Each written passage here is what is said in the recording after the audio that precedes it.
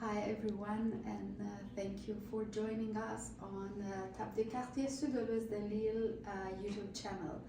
Today we are at the Groupe CDH, downtown Montreal, and we will have a brief discussion with Giacomo Valzania, who is an urban strategist with Groupe CDH, and he is gonna talk a little bit about the challenges and possible solutions that exist for community housing in Quebec. Hi, Giacomo, and thank you for letting us interview you and pick on your knowledge, so extensive knowledge on community housing. Maybe we can start our get-together, if you want, today with you telling us a little bit about yourself and the work that Groupe CDH is doing in this field. For sure. Thank you for having me. So my name is Giacomo Valzania. I have a background in architecture from the University of Bologna. I came to Canada in 2016 to do a master in, it is a post-professional course in urban design and housing at McGill University, where I also completed recently a PhD in architecture. Housing has always been, as an architect, my main concern and focus. And I joined Groupe CDH 3 years ago. And I'm currently working as urban strategist. So in my role at CDH, I'm responsible for the preliminary steps of a housing development project, going from negotiating offer to purchases to do the first development studies, financial planning, and so on. Groupe CDH is one of the 4 groupes de ressources techniques based in Montreal, and we operate since 1976, helping non-profit organizations and community housing and housing cooperatives to develop community housing projects on the island. Okay, well, thank you so much.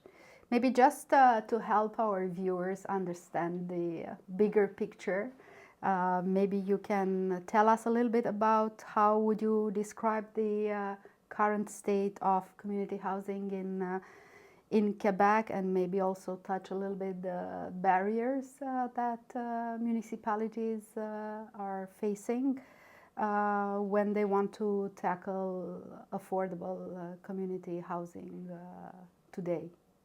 I would say that Quebec, compared to the rest of Canada, has historically shown a more progressive attitude toward developing community housing, but the same is not true for all the municipalities around the provinces. So we definitely know that there are some municipalities are more open to have those kind of projects happening compared to others that are more concerned and less open to do the same. Today the challenges are clear to everyone. We live in a state of crisis. Homelessness is steadily on the rise. There are critical health issues connected to unsuitable housing or lack of affordable housing. So we must really intervene now through long-term solutions, so to ensure that everyone has the right to housing in the near future. Concerning local municipalities, for sure there are several barriers. I would say a common aspect is the financial one, which is obviously critical. The funding that is allocated is largely insufficient to cover the needs today. The financial landscape is also complexifying, with many partners intervening in the financing of affordable housing. So there are challenges of coordination for sure. But I would say that some municipalities also face issues such as NIMBYism and social acceptability in general. there is in some cases lack of political willingness to implement community housing projects in specific areas, and there is overall, I would say, a misunderstanding about what community housing is and the benefits that are associated to that. Yeah, my next question was related to this misunderstanding or misconception that exists. So from your experience, how can we address that, or so that people learn more and understand the real concept, if you want, behind affordable community housing? The misunderstanding concern, I would say, primarily the risks that are associated to community housing, mostly in the general public. Experts, scholars, professionals tend to understand way more precisely the benefits, the real benefits that are associated to that. At the same time, in the public, there is sometimes a misconception about the crime that may be the rise of crime that may be associated to affordable housing, as well loss in property values, increase of traffic, increase of social issues in general. At the same time, community housing is the response to many of those concerns. The fact of providing housing reduce the chances of crime happening in a specific area, increase stability of people living in a specific sector, and at the same time it is proven that there is no impact on property value when an affordable housing project is implemented in one specific area. In terms of responses, it is essential that municipalities increase all education programs connected to the implementation of affordable housing, from financing local organizations that are working to promote affordable housing, organizing a charrette meeting open to the public at large, and avoid to discuss about community housing only when a specific project is proposed, because that increases the risk of opposition from particularly from people living nearby. Yeah. If we go back to the obstacles, and you mentioned that maybe one of the biggest concerns for municipalities and developers is funding. Can you tell us a little bit more about the key sources that exist and that are available for community housing projects? When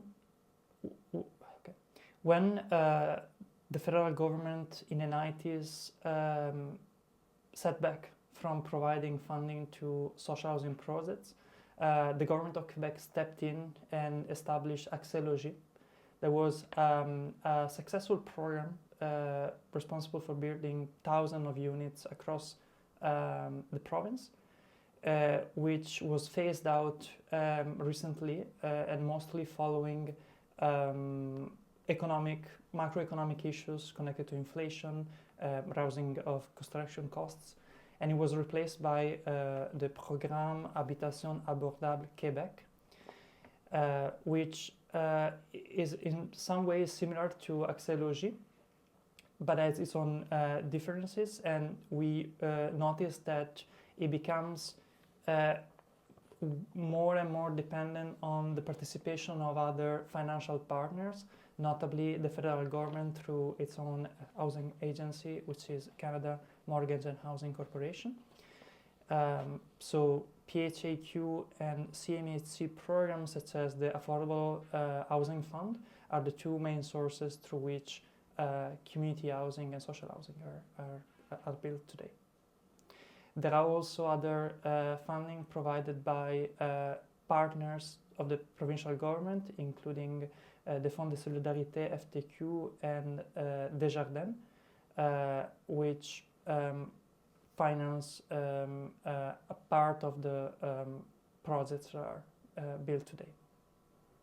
So there are like government grants, and then you have the private funding, and also non-profit funding that exists, and that municipalities can build partnerships, right, with the developers and develop such successful community housing projects. Maybe you can give us a few examples of such successful models or projects that you know of. Absolutely. I should say that private foundations are the more and more involved in funding community housing projects, and I encourage this kind of partnership.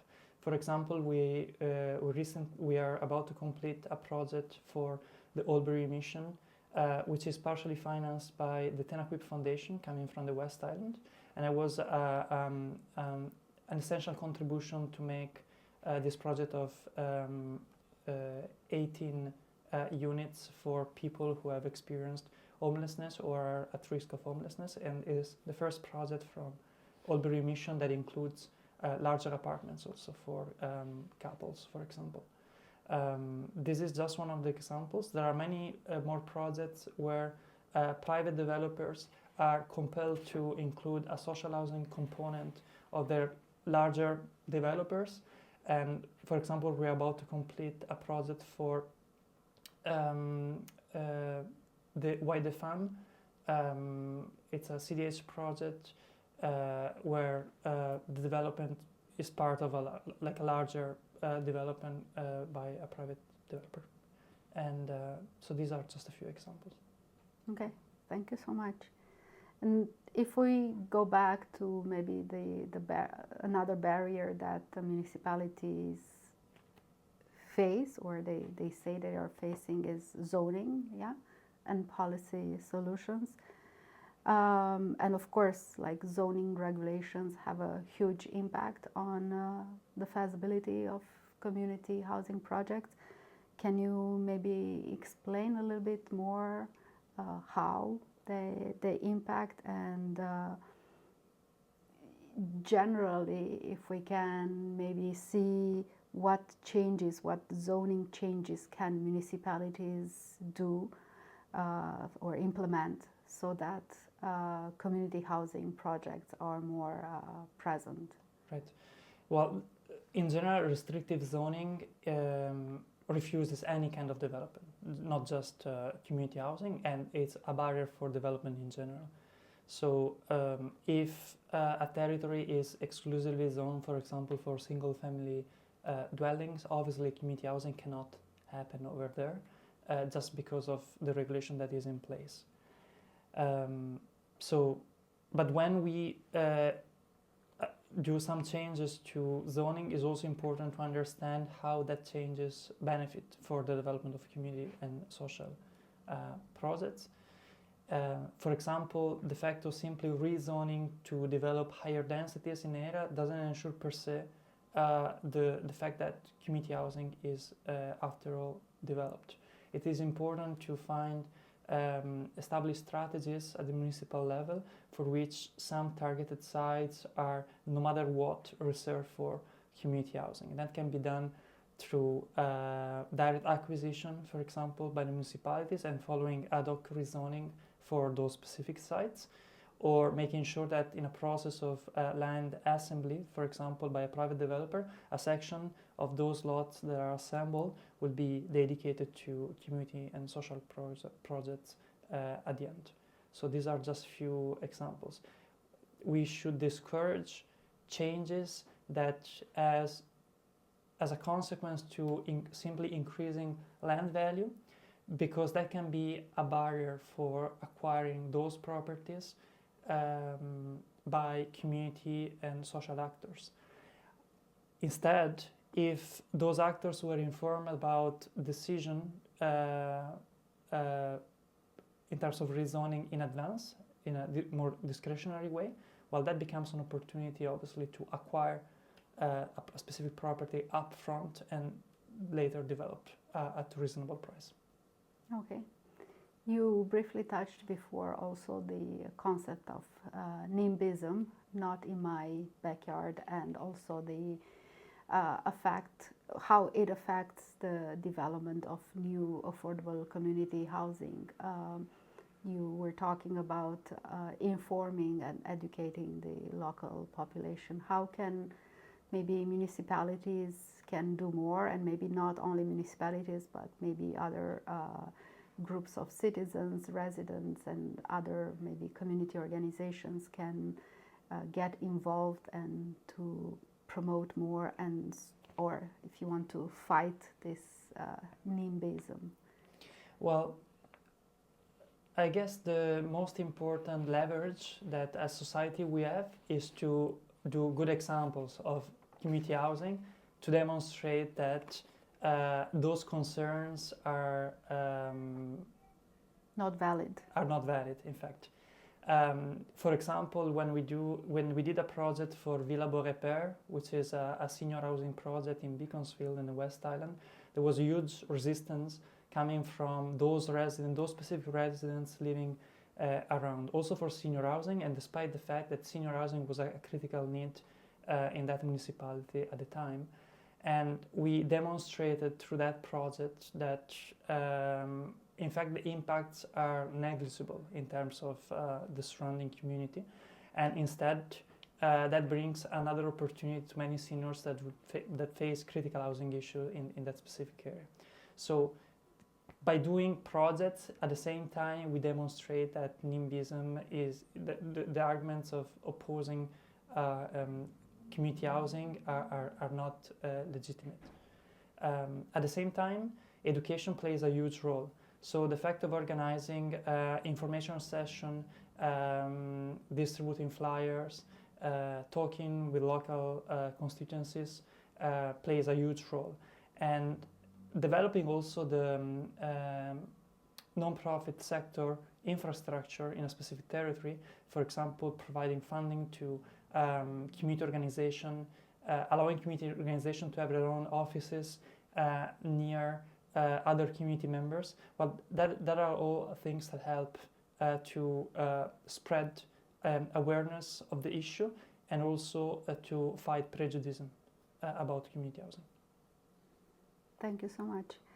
And if we are moving forward, what can we do? What can municipalities do more if we were like to, I don't know, of course you mentioned so many, but if we can review briefly, what would be the key actions that municipalities should take to accelerate community housing development? And then again, looking on the other side, like how can residents and community organizations and other policymakers work together to push such a positive change? Mm-hmm. Well, funding availability is certainly the largest challenge that as housing developer all we face. At the same time, municipalities play a very essential role in making projects possible. So my recommendation would be to really start mapping those development opportunities that each municipality see as critical for their own areas. And then to partner with local housing tables and local non-profit developers to ensure that those sites are eventually developed in a way that the most pressing needs are answered, being this for senior housing, people living with mental challenges, people risking homelessness. It is very important to come together and have a development strategy in the middle and long term, instead of relying always on short-term solutions. So this is absolutely important. And then introduce policy that would eventually make it simpler for non-profit organizations and non-profit developers to establish community housing. This can be a fast track of the permit analysis process. It can be being used to write preliminary advices for social housing applicants. It can be also to find development opportunities and establish partnership between non-profit organizations, landowners, and private developers. So these really involve all stakeholders at the exactly, and involve all bring all the stakeholders on the table. We have few experiences with working with private developers that are actually interested in making also a good contribution to their community. This meaning including social and community housing in their projects. So it is very important also to overcome prejudices toward private developers in general, because they become more and more sensitive about the issue of providing housing for all, while their own projects can also be developed at the same time. Okay. There are still municipalities that maybe are more reluctant, if you want, so to see the need for community housing in their municipality. Is there a way in which we can show them that such a need is present more, and that to bring them at this table of all stakeholders? From your experience, what do you think it can work? So it is important to see community housing as something that is not territorially bounded, that is not limited to a specific municipality. It is a way wider issue that concerns, if you wish, the world. So the fact that a politician haven't seen yet the consequences of not providing affordable housing on its own territory doesn't mean that the issue doesn't exist. So it's very important to get informed about what's happening in, for example, municipalities nearby, where the effects of not including affordable housing becomes way more visible in the public sphere experience, for example. So it is super important to get prepared to answer crises, although they are not so visible in your own landscape or in your own territory that you are governing. So I would say that collaboration between nearby municipalities is absolutely important in this case. Well, thank you so much. Well, Giacomo, I think as I said earlier, your knowledge is so large, and thank you so much for sharing with us some of it. Before we wrap up today, is there any final message, anything else that you'd like to leave here and for our audience and for everybody that's gonna watch this interview about the future of community housing? Well, I would say that it has become one of the biggest challenges that are present in the world. There are situations that are way more critical in terms of wars, genocides, health crisis. These should not be underplayed. But at the same time, housing is something that is so transversal because it's a human right. So the fact that wealthier countries are not still finding the solution to resolve that issue, that is a very problematic fact. So we should always keep in mind that we are very fortunate to live healthy lives, and so we are in a better position to provide also answer to a given problem when this is analyzed, when it is evident, self-evident, and little effort that we can do to solve that issue, that will be appreciated by the generation to come. So I encourage everyone, community stakeholders, elected officials, developers, community organizations, not to give up, to really stay focused on their mission and to provide an answer which will be long-lasting. Thank you again, Giacomo. You're welcome. Thank you everyone for watching this brief interview. Giacomo provided us a very informative and insightful knowledge on community housing. And this will be an important resource for our upcoming charrettes. The interview was done in the framework of our project addressing community housing crisis in the South and West Island. And I'll invite you all to join our next charrette in Dorval. That's on February 18th, and of course the next ones in Beaconsfield in April, and we'll keep you updated on our schedule. So thank you everyone again.